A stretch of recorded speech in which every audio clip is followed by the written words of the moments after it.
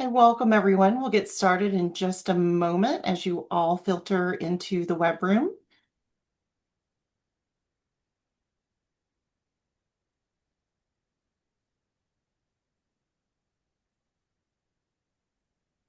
Thank you so much for joining us today. I am Destiny Kelly, the Learning and Development Manager of the NNPTC National Coordination Center, and today's webinar will focus on Mpox.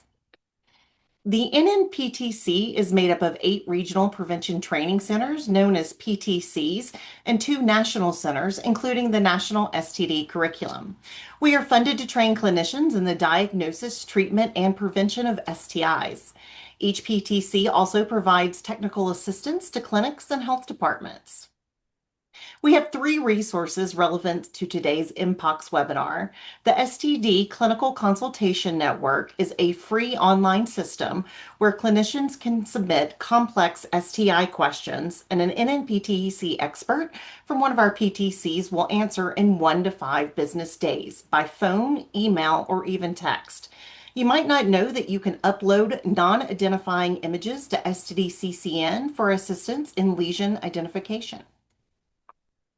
Additionally, the National STD curriculum has recently launched its new image library. You can navigate to the image library from the National STD curriculum homepage. This image library is a visual resource to support STI diagnosis and treatment. You can browse by condition or description and even features a weekly quiz. Additionally, the National STD curriculum also has the Mpox Clinical Guide, developed for healthcare professionals. You can download the PDF with the QR code. I will also drop all of these links mentioned and these resources in the chat at the end of the presentations. Coming in early 2026, the last week of January, Thursday, January 29th at noon Eastern, we will have a new national webinar on ringworm associated with sexual contact. Check back at nnptc.org for registration, which is coming soon.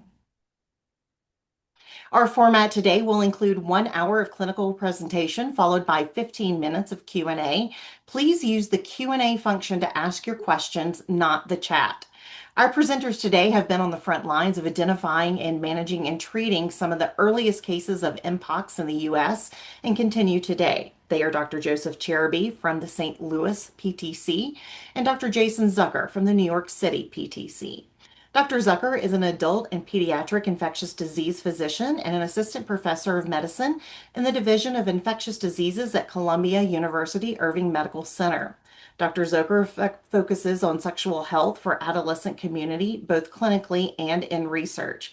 He is also the co-author of the Mpox Clinical Guide, and he serves as New York City's PTC Assistant Medical Director.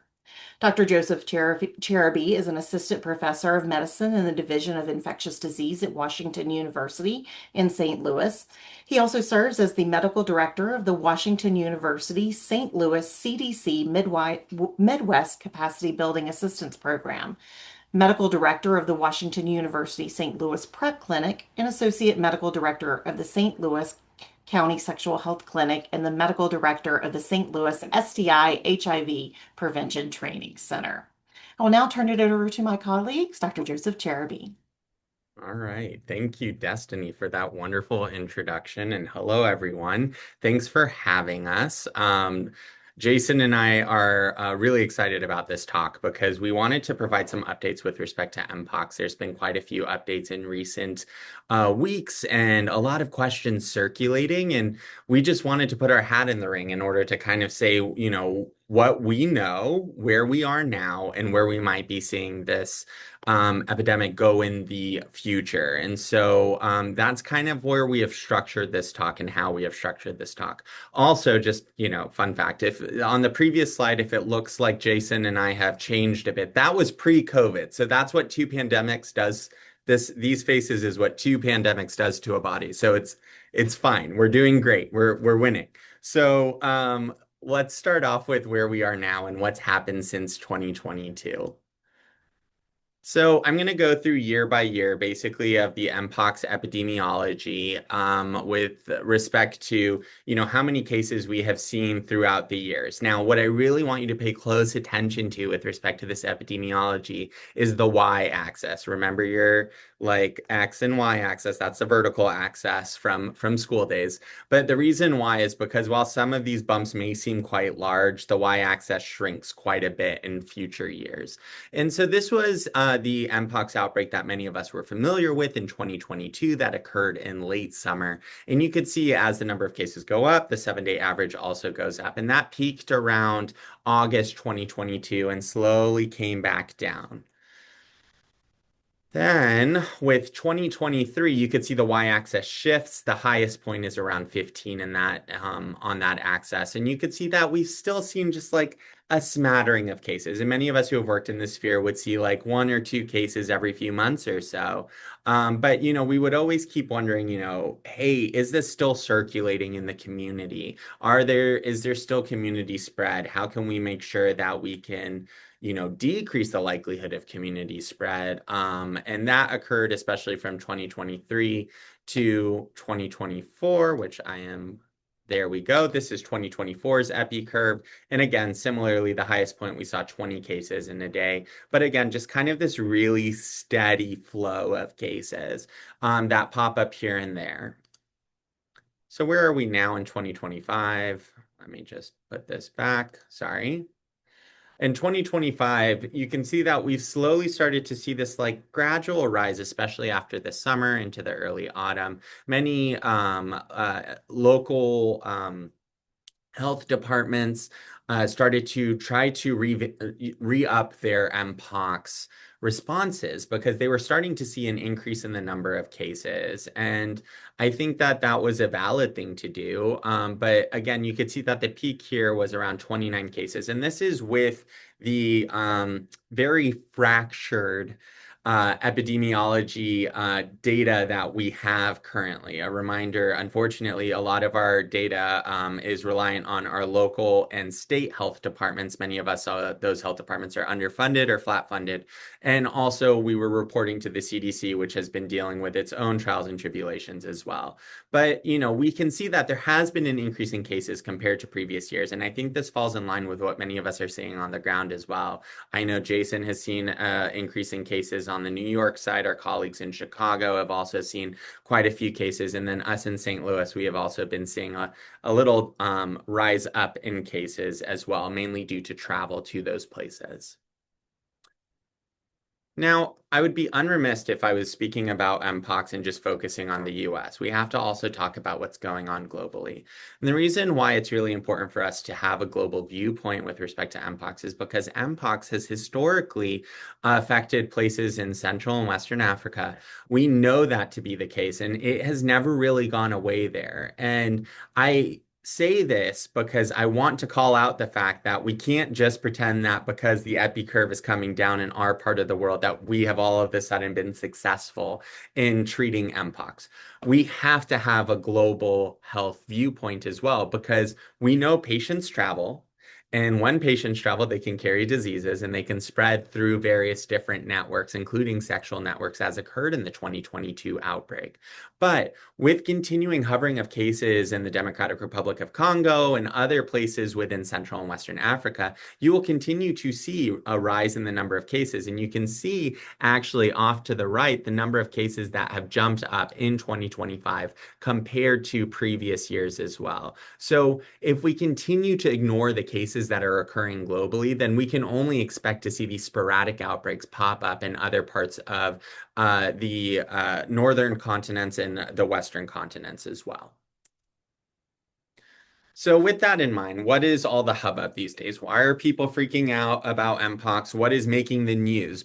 Well, we know that there are background cases and it's kind of fallen out of, favor to talk about Mpox. Every time I bring this up during our clinical faculty meetings, people ask me, oh, is it still a thing? Are we still seeing Mpox? But a lot of the questions and a lot of the interest came back, especially when we started to see cases of Clade 1. So, a reminder, just briefly, the 2022 outbreak was predominantly of Mpox Clade 2.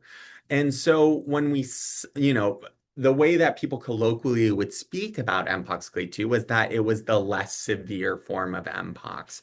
Now, while that may be semi-true in terms of there's higher mortality associated with clade 1 compared to clade 2 in places that have historically seen these outbreaks. Still, I would say that the saying it's more severe and more deadly honestly just creates a lot more panic and pandemonium around it. There are signs that it is more transmissible, and there's other things as well that we are worried about. But that having been said, the way that we would treat Mpox clade 1 is the exact same way we would treat Mpox clade 2, and we'll have more on treatment coming up later.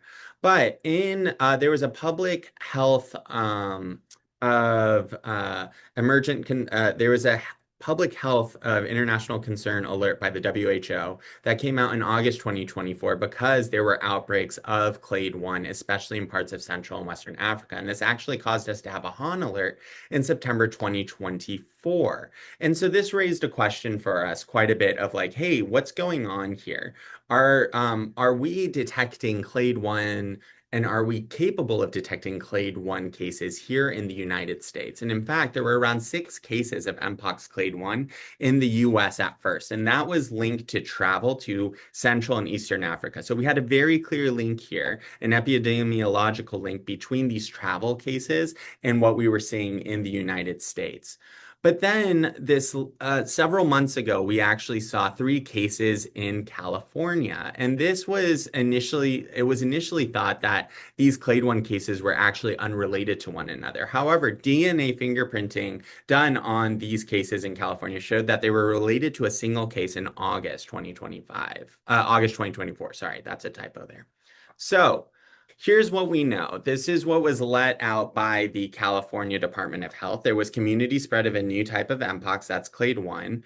But they wanted to emphasize here that the risk to the general public remains quite low. And so, once again, with this quote unquote more severe clade, we started to get questions about, do we need to take bigger precautions? We were seeing the same questions that we were seeing at the beginning of the Mpox outbreak, which was like, can people share clothes? Can people share bedding? Can people share all of these things? Again, a reminder that the means of transmission for clade 1 is the exact same means as it is for clade 2. And in many of these cases, these are being spread through sexual networks. And so, again, just a reminder that it should be in your differential. And the way that we would treat clade 1 is no different than how we would treat clade 2. And if there is any question as to whether you can test for that clade specific testing, it is important to speak with your laboratory in order to make sure that the clade specific testing is available. And if that's not available for you all and you are highly suspecting a clade 1 case, maybe speaking with your contacts at the CDC as well. So, one thing that I will say, though, just before we move on from the California cases, is that all California cases, the 3 cases were hospitalized, but they saw a successful resolution, and all of them were able to be managed with symptomatic treatment, which is good. And again, there wasn't a massive outbreak from these 3 cases. Now, what has hit the news this last week was that there's a new variant form of Mpox with public health officials in England actually identifying a newly evolved variant.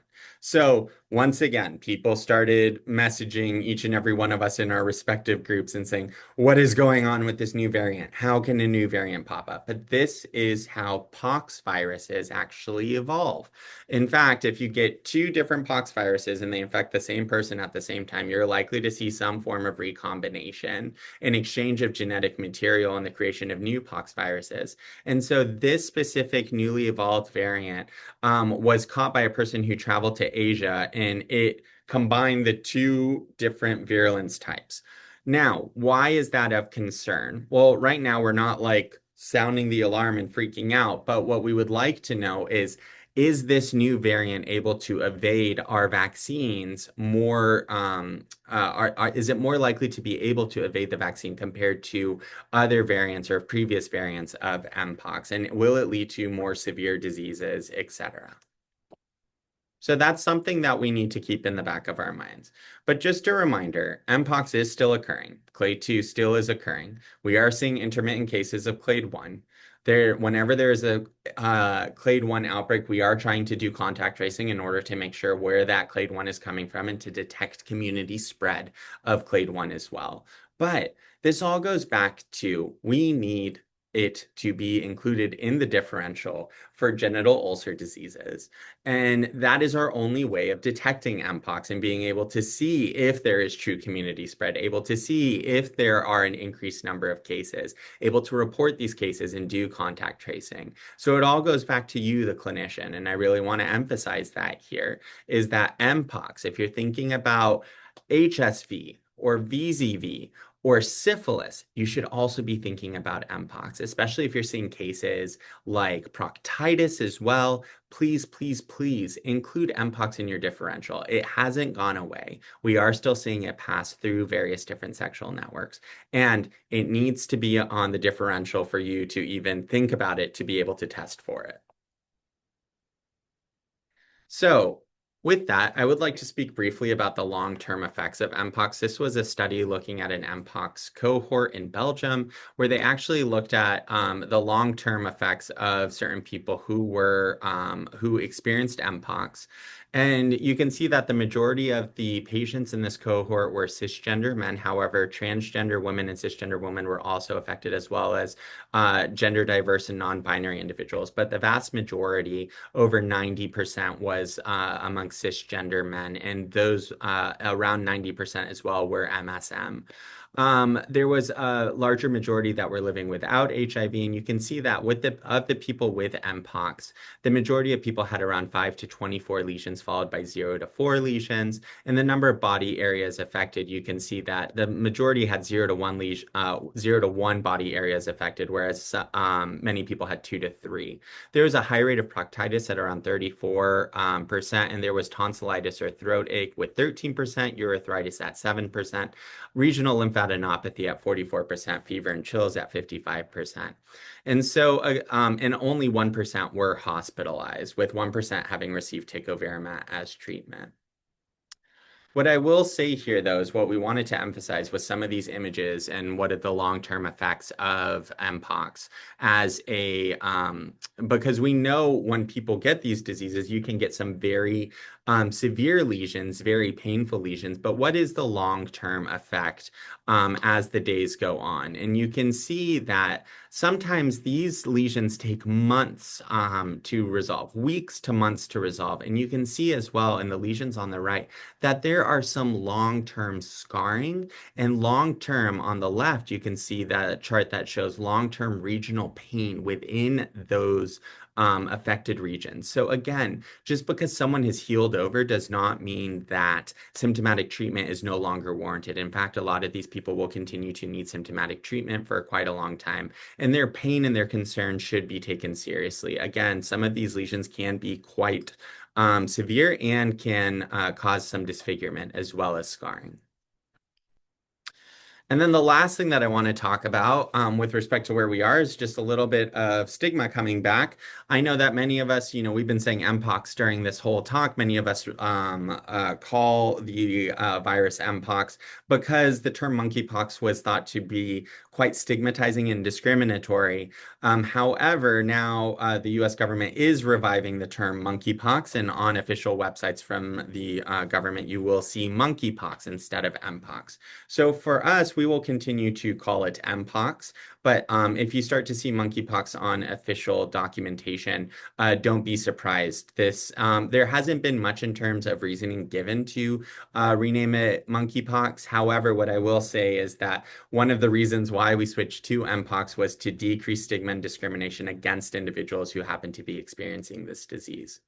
And so while we're talking about stigma, we have to mention that, Mpox affected various different historically neglected and marginalized communities. It affected the global South. It affected Black individuals in Central and Western Africa. It also affected LGBT individuals and disproportionately affected the sexual networks of gay and bisexual men who have sex with men.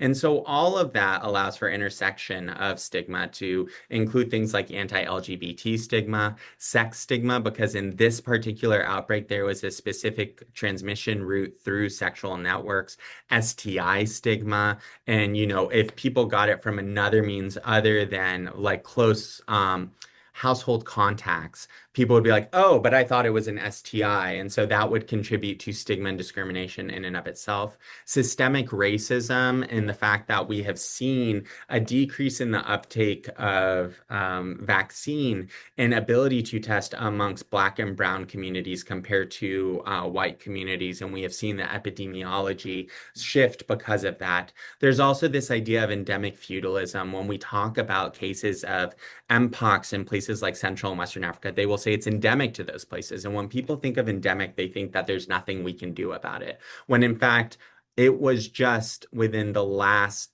2 years that the WHO approved its first Mpox vaccine for places in Central and Western Africa. So there is something we can do. We have a vaccine that works, but we just haven't done anything. And that falls into, unfortunately, much of the lines of colonialism and how we view global health and especially health in the global south. So that is my part on stigma. I'm going to pass it over to my dear colleague, Dr. Jason Zucker, who's going to go a little bit further into treatment and vaccination.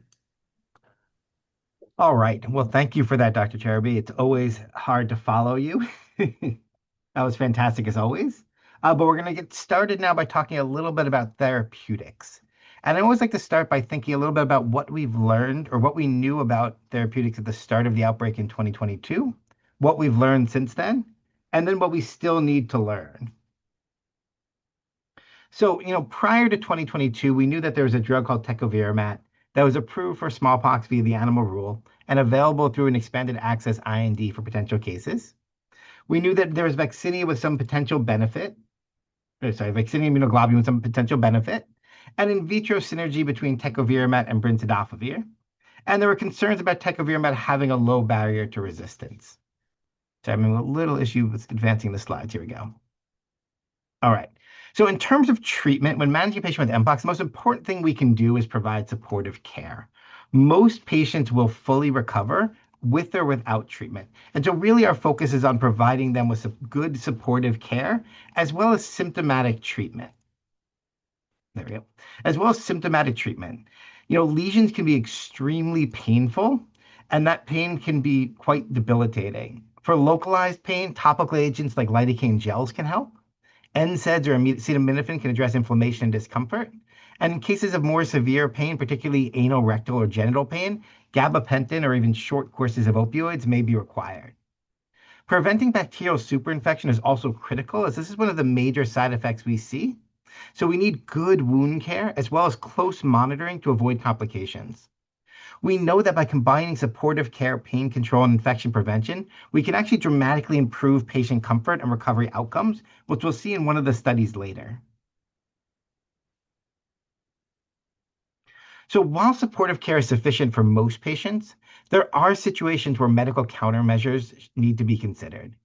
Currently available options include vaccinia immunoglobulin, cidofovir, brincidofovir, trifluridine for ocular disease, and tecovirimat. And each of these has a specific indication for use.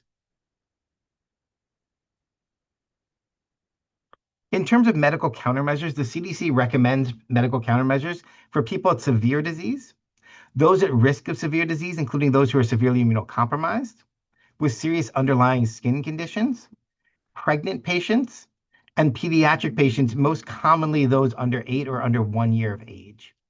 The additional group that may receive medical countermeasures are those participating in clinical trials to help us understand how these medical countermeasures can help people improve.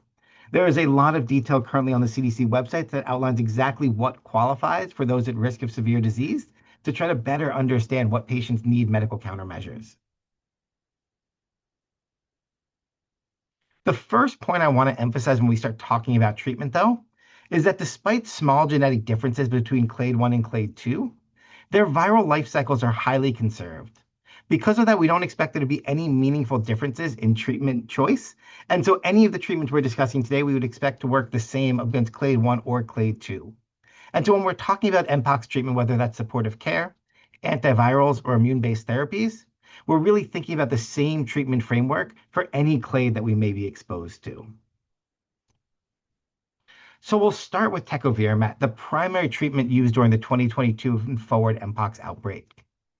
Tecovirimat targets the F13L protein, which is essential for forming the viral envelope and allowing the virus to exit infected cells.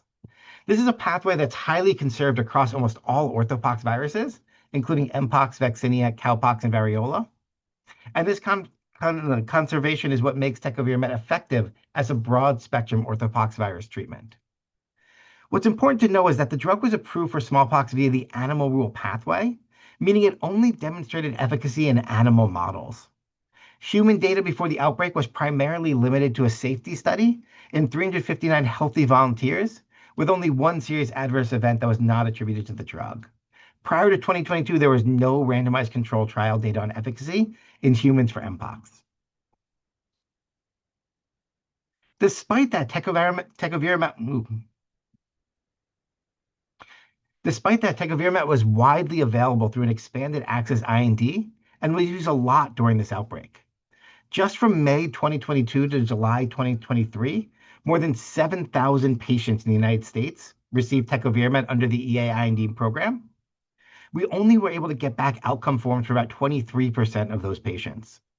We know that the most common reasons for treatment were sensitive anatomical areas and pain, and that overall tecovirimat was generally well tolerated. Severe adverse events were reported in only 1.8% of patients, and these included things like deaths, but most importantly, most of those deaths occurred in people with significant comorbidities and were not attributed directly to the drug. What we really learned from this is that this drug is very safe. The primary adverse events reported were headache, nausea, vomiting, and elevated liver enzymes. And so while tecovirimat was widely used and appeared safe, its efficacy remained unclear. Additionally, observational data on tecovirimat was mixed. There were some observational studies that suggested benefit, while others showed little effect. And ultimately, randomized controlled trial data showed that tecovirimat did not provide meaningful clinical benefit for Mpox. We now have 3 randomized clinical trials done around the world, all with similar results. In the POM-007 trial in the Democratic Republic of the Congo, which looked at clade 1 disease, there was no significant difference in lesion resolution compared to placebo. The STOMP trial, which included patients with clade 2 Mpox across the US, Central America, and Asia, found no difference in time to clinical resolution and no difference in time-weighted change in pain. And the UNITY trial in Europe and Central America likewise showed no effect on lesion resolution. So across clade 1 and clade 2 in 3 major trials, monotherapy with tecovirimat did not improve outcomes. One thing I do want to highlight, though, is that when this outbreak started, we actually thought the mortality of clade 2 Mpox could be as high as 5%. We learned very quickly in the United States that the mortality was much lower than that, closer to 0.2%. And we wondered exactly what it was that made our mortality so much lower.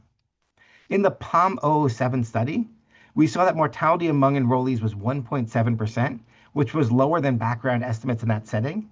And that's actually attributed to optimal supportive care. With the availability of antibiotics as well as optimal supportive care, we can substantially reduce the morbidity and mortality from Mpox without any of these medical countermeasures. So something really important to keep in mind. So whenever I show this data, the next question I get is, why do we think tecovirimat didn't work? Well, one possibility is it the dosing? The approved dosing regimen for tecovirimat was originally derived from non-human primate studies and validated in healthy volunteers. But we really had very little pharmacokinetic data prior to this outbreak. An Italian study of 14 hospitalized patients with severe Mpox found notable PK differences between patients with and without HIV. And similarly, early data from the STOMP, which was the study of tecovirimat of Mpox in the United States, showed lower drug exposure in patients compared to healthy controls. In the RCTs in the POM study, about 35% of patients had subtherapeutic levels. However, in POM-007, they actually looked at pre-dose 7 drug concentrations and tried to compare outcomes. About a third of patients had concentrations below the 169 nanogram per ml threshold. But when they analyzed time to lesion resolution by concentration, there was no difference between patients above or below the concentration cutoff. This really suggests that inadequate dosing may not fully explain why tecovirimat failed to show a clinical benefit.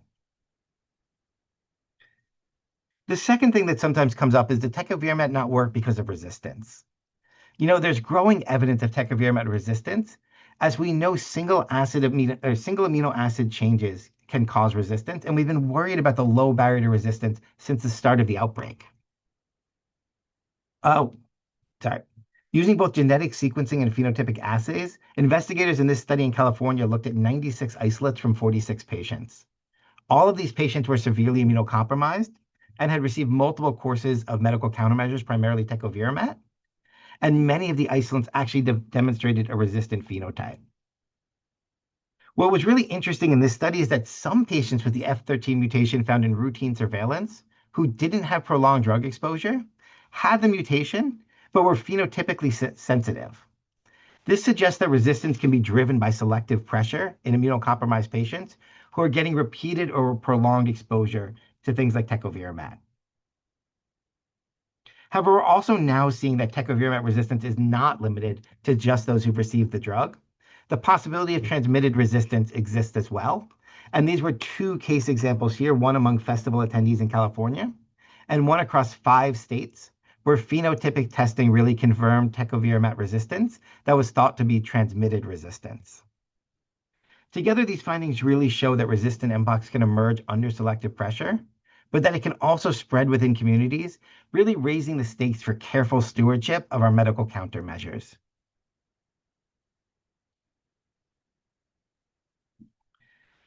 So with 3 negative RCTs, it's clear that we really need more treatment options for Mpox.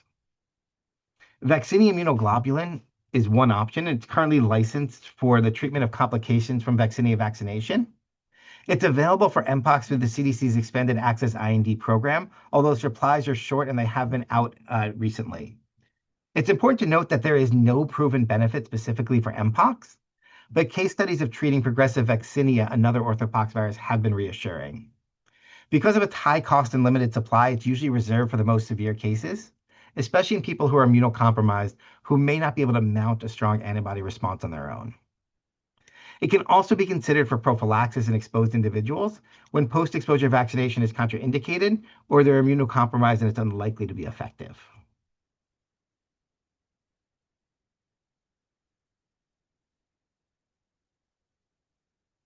Next up is the antiviral medications, and the first one we'll mention today is trifluridine. Trifluridine eye drops can be considered for patients with ocular Mpox, though the data supporting their use is very limited. These drops are actually available in pharmacies now because they're FDA approved for herpes eye infections, but they are thought to have activity against orthopoxviruses. The CDC currently recommends considering trifluridine in cases of ocular involvement, particularly when lesions are thought to be vision threatening. So while the evidence base is small, this is an option, particularly for people with ocular Mpox. Cidofovir and brincidofovir are our next options. These are DNA polymerase inhibitors that block viral DNA replication. Cidofovir is FDA approved for CMV retinitis, so it's readily available, but its use is really limited by nephrotoxicity. Brincidofovir is a lipid conjugate of cidofovir that improves oral bioavailability, so it doesn't need to be given IV, and it also reduces the nephrotoxicity. Brincidofovir was also approved via the animal rule for smallpox, but in clinical trials has been associated with GI and liver side effects in other diseases. Both remain potential options for severe Mpox, although data are limited. I do want to highlight the ongoing MOSA trial right now. This is a trial being led by the African CDC to evaluate the safety and efficacy of antiviral treatments for human Mpox across multiple West African countries. It's a phase 3 randomized placebo-controlled double-blind trial, and it's a platform structure that allows them to look at multiple antiviral candidates. The first drug that they're currently evaluating is brincidofovir. And while we haven't seen any interim results yet, hopefully we'll start learning about whether brincidofovir is a good option for Mpox in the near future from this study.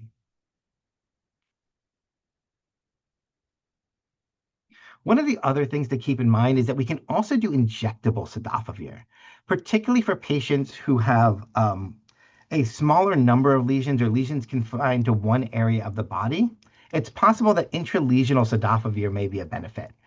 There are several case reports, one of which I highlight here.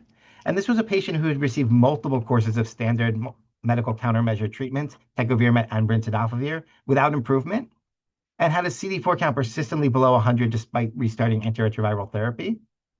He was treated with weekly intralesional cidofovir for 3 weeks, which led to dramatic lesion improvement you can see in these photos. As importantly, the lesions did not come back 2 months later, despite minimal immune recovery and inconsistent antiretroviral adherence. It does suggest that intralesional or local cidofovir may be an option for certain patients and something to be considered when nothing else is able to move forward. One other really interesting thing to think about is there's some in vitro data looking at combination therapy between tecovirimat and brincidofovir. They have different mechanisms of action, which makes using them in combination intriguing. When tested together, the results actually showed synergy against orthopox viruses, demonstrating that the combined antiviral effect was greater than either drug could achieve alone. It suggests that combination therapy could be a promising option, especially for patients with severe refractory disease, although again, we lack any clinical data to confirm this benefit. But this is what's often being recommended for severely immunocompromised people with Mpox right now. That covers our currently available treatment options, but I do want to highlight at least one emerging therapy that's in the earlier stages of development. One really promising area is monoclonal antibodies, and there are several candidates being tested in animal models targeting different Mpox proteins. Early results suggest that these antibodies can neutralize Mpox virus and may provide protection across orthopox viruses. In fact, this really interesting paper from Cell identified 3 human monoclonal antibodies from convalescent Mpox patients that targeted the A35 extracellular protein, which is highly conserved across Mpox clades and vaccinia. What made this clinically relevant and most interesting to me is that higher levels of antibodies against the A35 epitope correlated with shorter illness and no hospitalizations. So while antivirals like tecovirimat have failed to demonstrate consistent clinical efficacy, monoclonal antibodies look like a highly promising next-generation therapeutic. All right. So sadly, we've not learned nearly enough. We do know that tecovirimat is safe, but we know that across 3 randomized controlled trials, it's not effective, at least as monotherapy. We also know that it selects for resistance in patients with prolonged infections receiving tecovirimat, and that we can see transmitted resistance. We still have a lot we need to know, including, and most importantly, what is the best treatment or treatments for our patients, particularly those who are severely immunocompromised, who suffer the most effects from Mpox. So in practice, this is the question I always get: what should I do if I have a patient with Mpox who comes to see me? For those who meet the criteria for medical countermeasures, those with severe disease, at risk of severe disease, or participation in clinical trials, think about whether the potential benefits of unproven therapy are greater than the risks. We know that in pediatric patients in particular, the greatest risk is for those under age 1. So for those who may be older, it may not be worth it. And then discuss whether or not your patients are interested in receiving treatment. If they are, consider treatment with a combination of tecovirimat, brincidofovir, and VIGIV when available. And think about intralesional cidofovir when the number of lesions are limited and they're not improving over time. All right, that was a lot about therapeutics. We'll also talk a little bit about vaccination now. All right, so at the start of 2022, when this outbreak first started, we thought that vaccination could be about 85% effective against Mpox.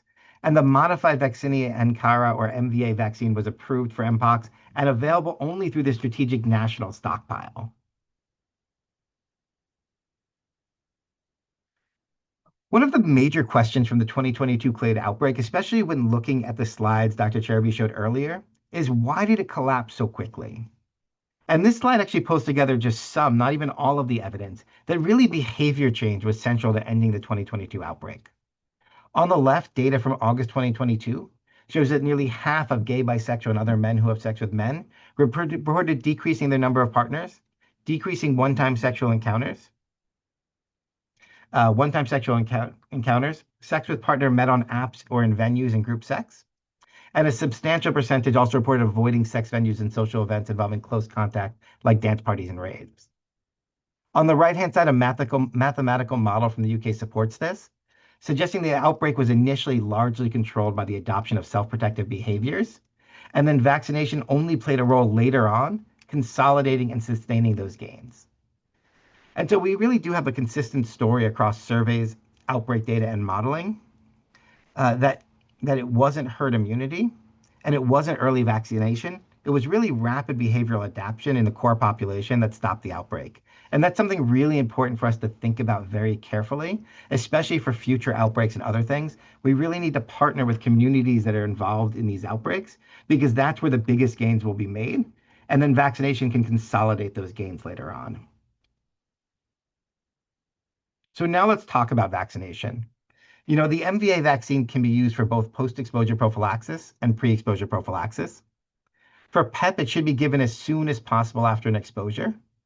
While there's no direct human efficacy data, animal models show that giving the vaccine within 4 days may prevent disease, and giving it up to 14 days may help reduce symptoms. For PrEP, the long-standing recommendation has been to vaccinate clinical and research lab workers and public health response team members. And that was expanded to include epidemiological risk groups due to their networks or exposures that we'll talk about in a couple slides.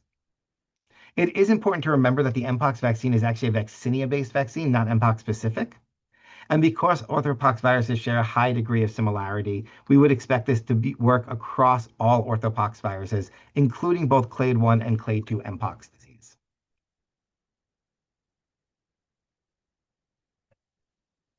So just a reminder that we would expect the vaccine to work against clade 1 and clade 2 disease because of the high degree of similarity between them.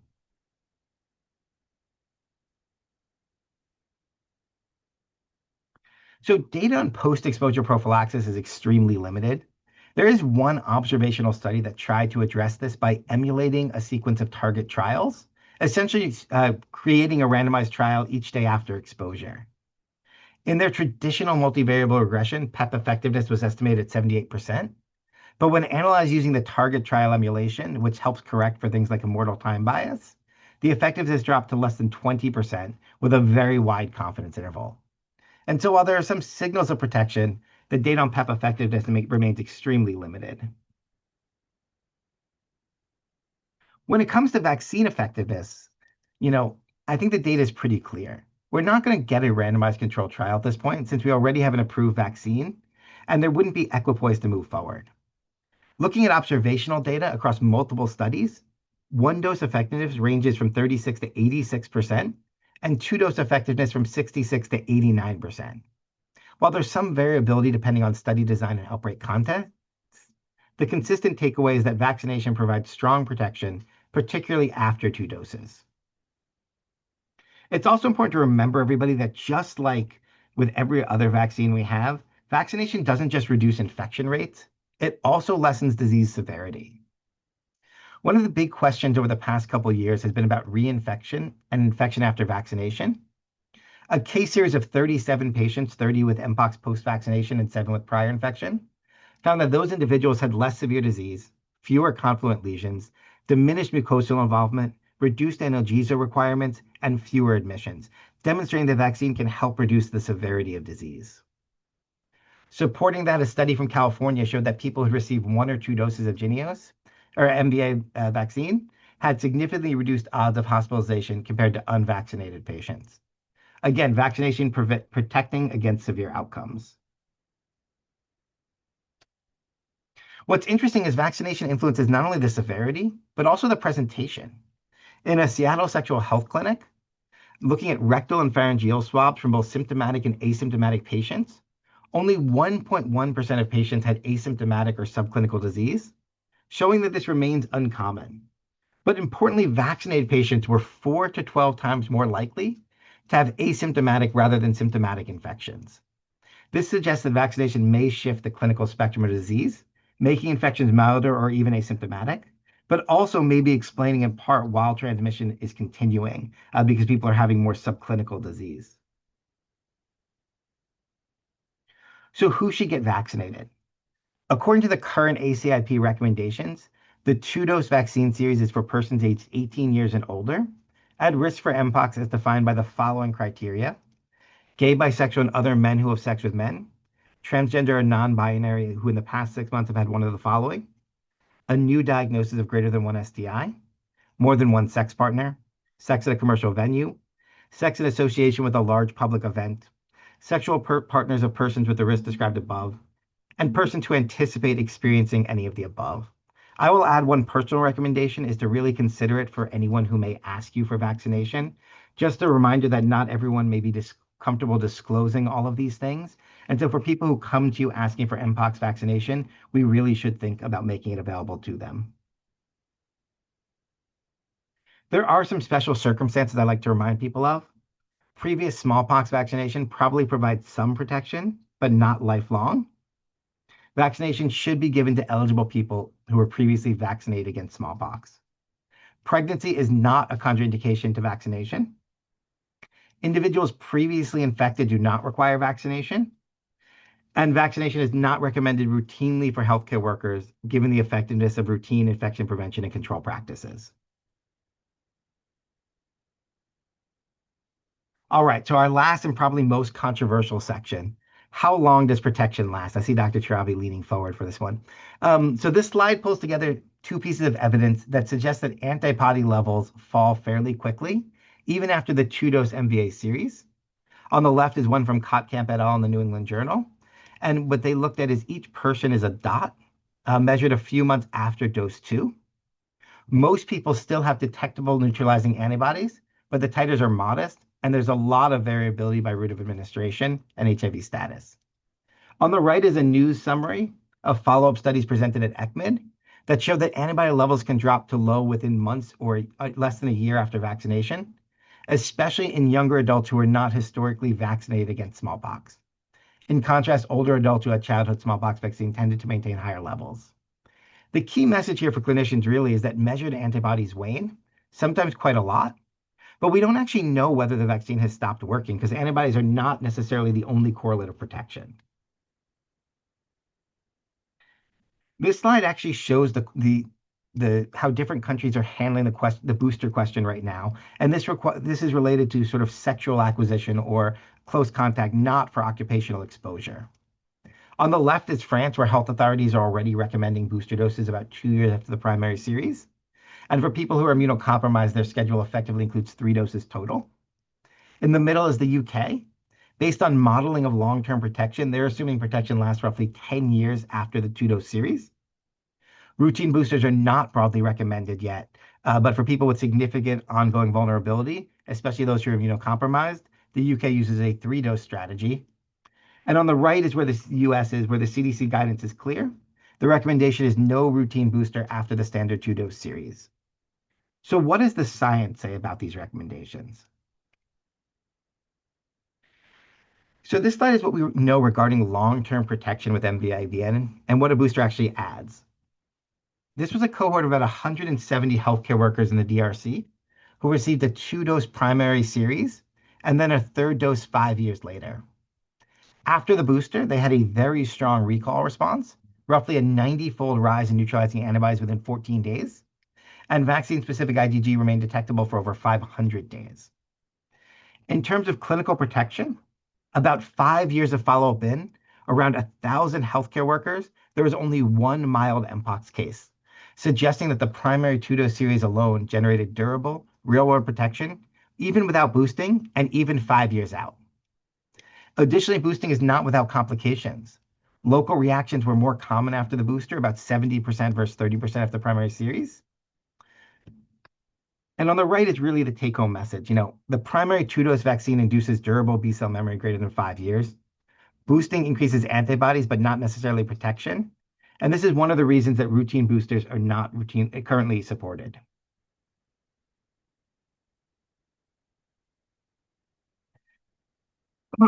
This slide actually looks immunologically at what happens when you give an MVA booster, trying to understand a little bit better what happens there. They enrolled 37 adults. Most were gay, bisexual, and other men who have sex with men, with 14% living with HIV on antiretroviral therapy. They had already received a standard 2-dose series and then got a booster about 2 years later. Again, you can see a very strong recall response. Neutralizing antibodies again increased just like we saw in the prior study. But in this case, T cell responses by ELISA spot also increased from about 37% to 78%. So how can we interpret this? Well, a booster clearly triggers a robust humoral and cellular recall response, indicating that the immune system remains primed years after the primary series. The challenge that we have is that our correlates of protection are not fully defined. We don't know what we need to be protective, and this study doesn't directly show any improved clinical outcomes, only improved lab markers.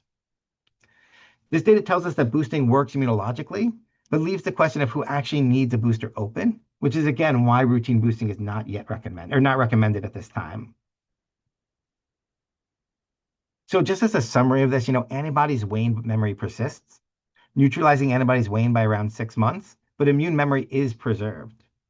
With a booster dose, you get a significant amnestic response, indicating that the immune system is primed to respond if it were to see Mpox again.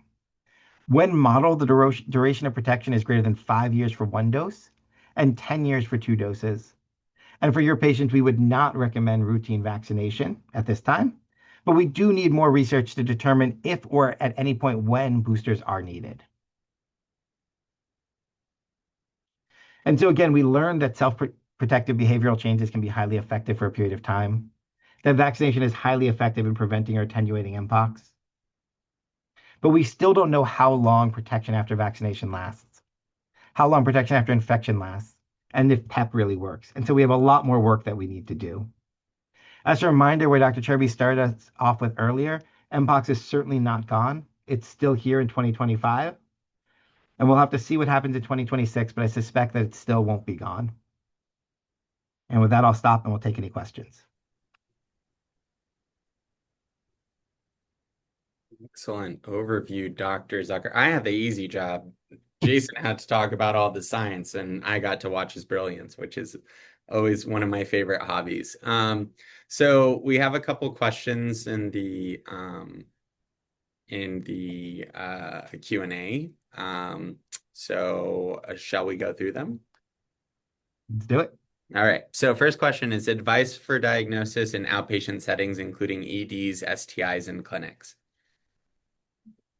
So do you want me to take that one first? You take that one. All right, because you get to take the next one then. That makes me happy. So, with respect to diagnosing in outpatient settings, one of the most important things is to make sure that you still have access to testing and testing kits, especially if you're using state labs or if you're using anything outside of a commercial lab. If you're worried about specific clade testing, then I would recommend that you speak with whatever lab you are working with to see if clade testing is possible.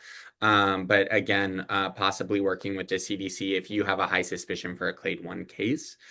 I will also add that emergency departments, urgent cares are a little bit difficult because you have high staff turnover. You have it's hard to get everyone in the same room at the same time to discuss this with them. So working with your local prevention training center is helpful because we are skilled within our regions in trainings and technical assistance on Mpox. I would also say if you are working in a regional or state health department, speaking with your local emergency department, whether it is groups or boards or whatever within your region, and making sure that they are aware that Mpox is still circulating. It should be on the differential and kind of doing package testing. A simple message that I always like to tell people is to package your testing, right? So if you're testing for syphilis or HSV, you should probably be testing for VZV and Mpox as well. And just keep that in mind.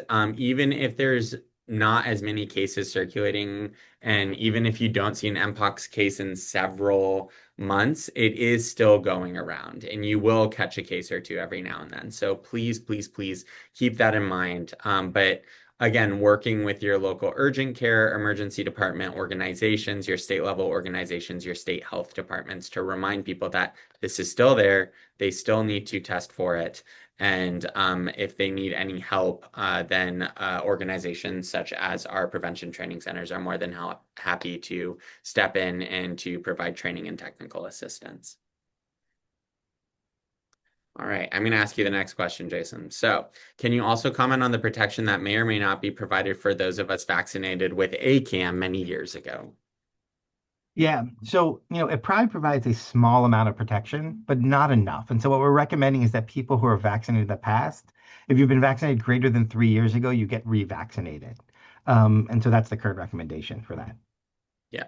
And so I will also just say that again, like what I always want to remind people, especially on these calls and stuff like that, is that sometimes we're learning this stuff in real time, right? Like it's impossible for us to intuit what is the effectiveness of a vaccine that was given years ago on a specific outbreak as it's occurring, right? Sometimes we find that out later on, but the recommendation is exactly what Jason said, which is making sure that we are vaccinating people and updating their vaccine with the Genios MVA vaccine.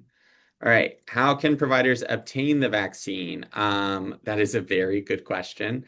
I would check within your own institutions about a stockpile if there is any still available. Check with your pharmacies, your local surrounding pharmacies. I would also check to see about the cost of the vaccination if people are being charged for it.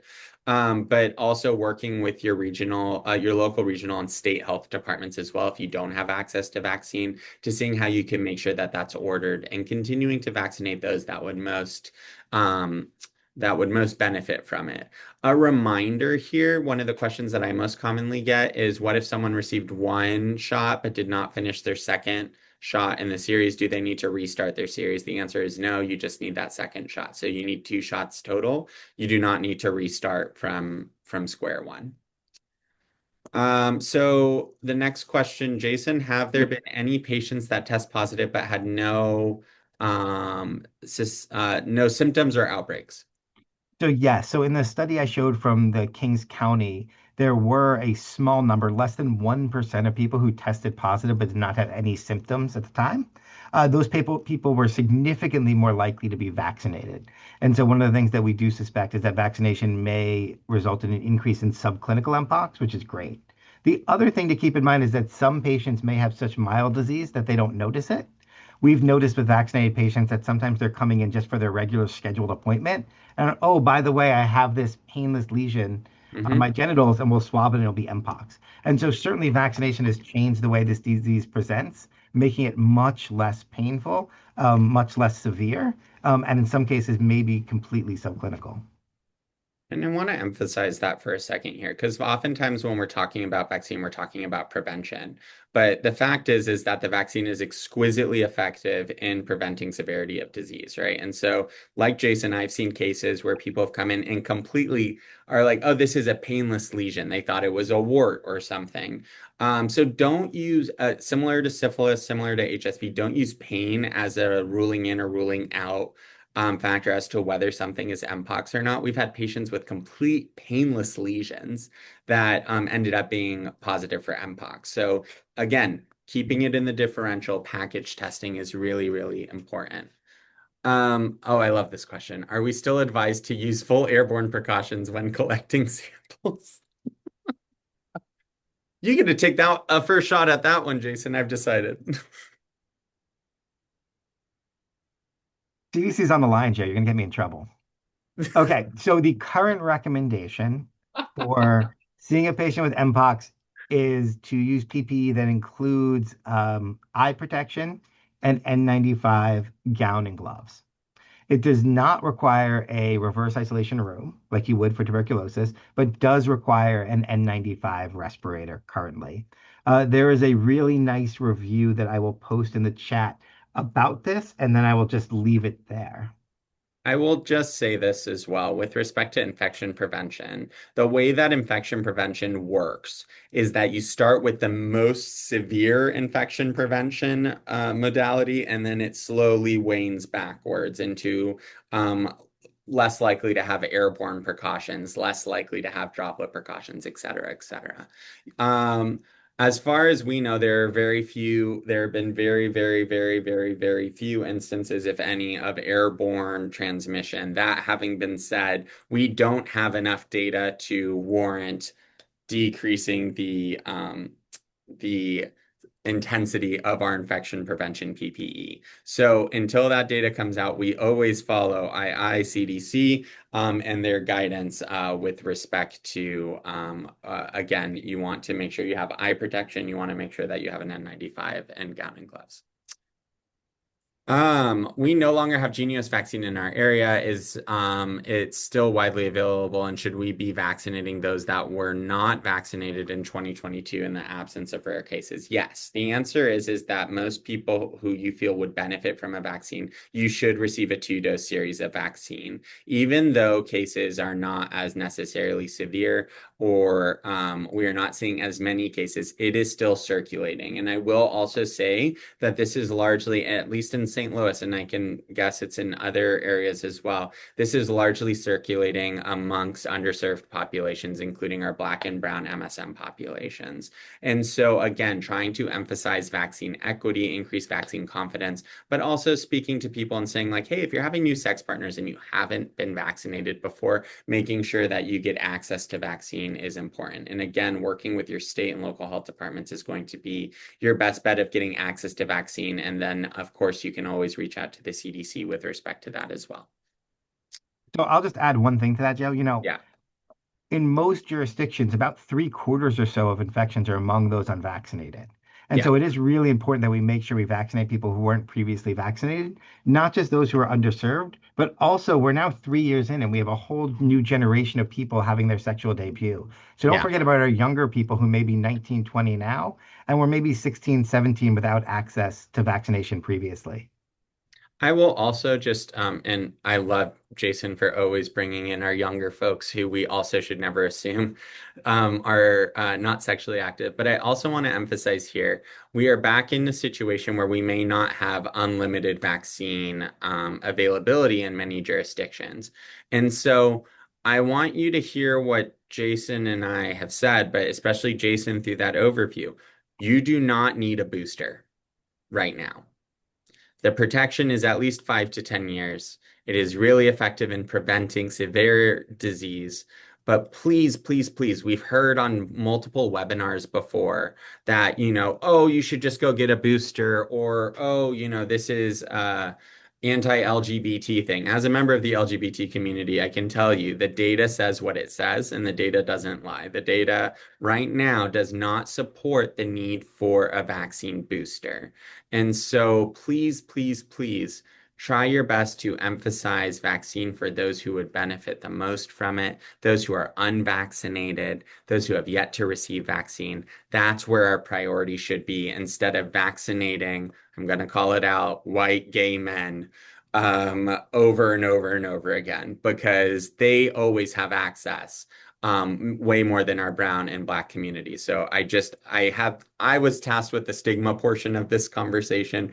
I'm going to emphasize once again that equity is of the utmost concern, and we need to go and reach out into areas where we haven't reached out. And we should stop assuming that everybody knew about the 2022 outbreak. That's another thing that we see quite frequently, is that some people have never heard of Mpox before.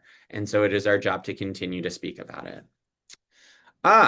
My favorite conversation. Any advice for specimen collection technique? Besides wearing the appropriate PPE, you need to make sure to rigorously scrub. I love saying rigorously scrub the lesions. The reason why it's important, and being mindful of pain in the situation as well.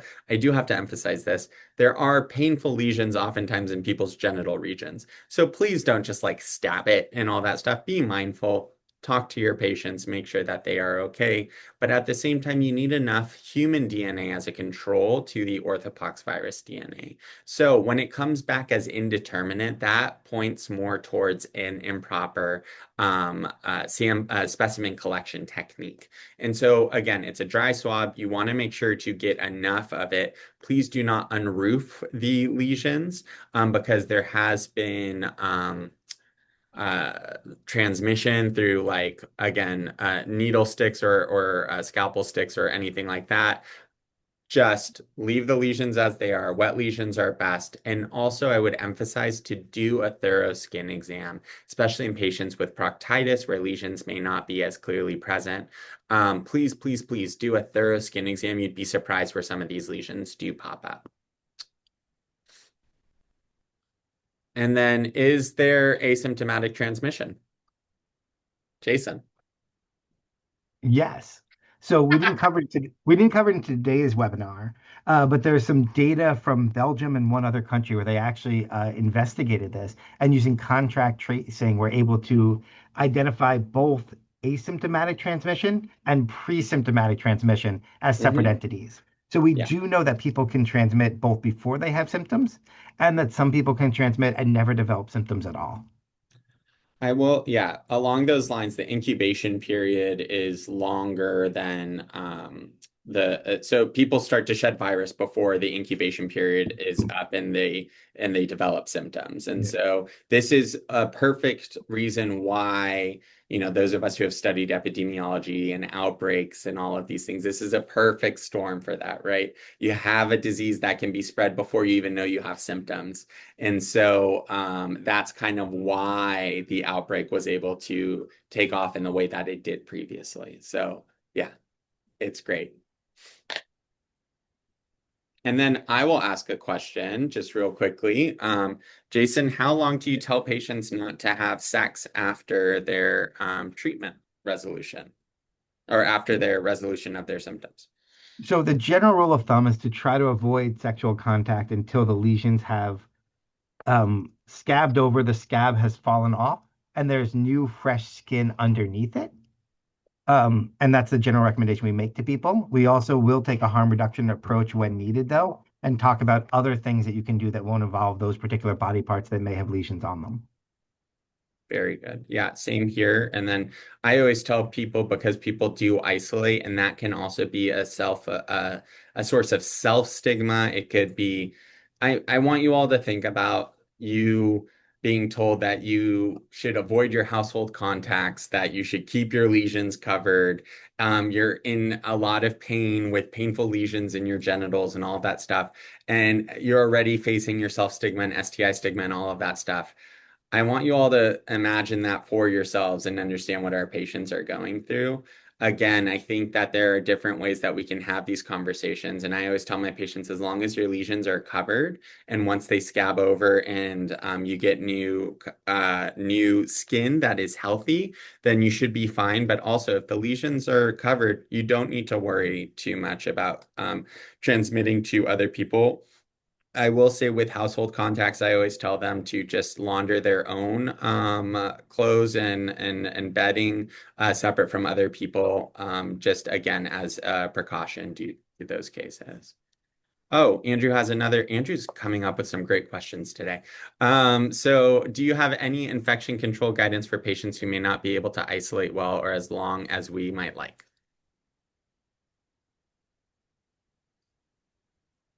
Jason? Sorry, what was the question, Jeff? Do you have any infection control guidance for patients who may not be able to isolate as well or as long as we might like? um, Mainly about harm reduction, so keeping lesions covered. We have lots of patients who really struggle, can be up to 4 weeks before the lesions are fully healed. And while in an ideal world, they would have PTO and be able to stay home, that isn't necessarily realistic. So it's really about harm reduction, encouraging to stay home when they can, but if they can't, making sure that they are keeping their lesions covered, they're avoiding contact with other people, they're avoiding shared soft porous items like linens, towels, things like that, where we know the virus can spread from those types of fomites in particular. Yeah. I will also, and this is just due to it being on the forefront of my mind in these situations, there's a lot of patients that do have shared living situations. And I know that many people do contact tracing and try to reach out to these patients. Please be mindful as well of the stigma that some of these patients do have. We had an incident, for example, in our jurisdiction where someone was inadvertently outed due to their Mpox, and they faced a lot of like an inquisition from their family based off of their Mpox diagnosis. And so, again, being mindful of that and trying to also have a harm reduction approach in terms of how we contact and speak to our patients and verifying you are speaking directly to a patient and no one else. We have a question from Chase Underwood. We had a local church reach out to an offer to pay for someone's hotel stay while they were healing. They were visiting family while here. That is wonderful to hear. Thanks for Awesome. sharing that, Chase. And again, I think that there are different resources of what we can look into and what we can provide patients. Some places do have charity funds that could be used for temporary housing as well, and can make sure that patients are taken care of in that manner. Any other questions people have?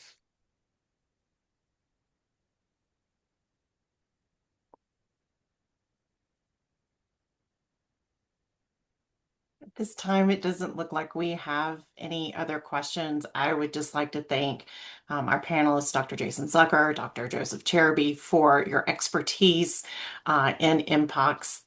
Thank you very much. Oh, there is one more question. I think this is a great one. Is it possible to transmit to animals? Yes. So there are reports of people transmitting to household animal and domestic animals, and we also know that zoonotic transmission is a major source of the outbreaks, especially in some of the African countries. And so it certainly is possible to transmit to animals. And I want to another point of, because again, stigma person here. With This is not an unusual occurrence for this type of virus for it to affect animals. And with the primary means of transmission occurring through sexual transmission in this outbreak, please do not automatically assume, as some of our Congress people made blatant and disgusting remarks in assumption about some of the people locally in our region. Please do not assume that sexual means of transmission, especially to household contacts, especially underage contacts, especially to animals as well. This is a common source of stigma that has been used against Black and Brown and LGBT communities since the HIV and AIDS epidemic of equating it with bestiality and pedophilia and all of these things. Please do not allow Mpox to be another means in their arsenal. Understanding that close household contacts can acquire Mpox through close contact, as well as your pet could also do so as well. So please, please, please try to dispel any of these, the stigma and this discrimination that is associated with that, and understand the actual means of transmission.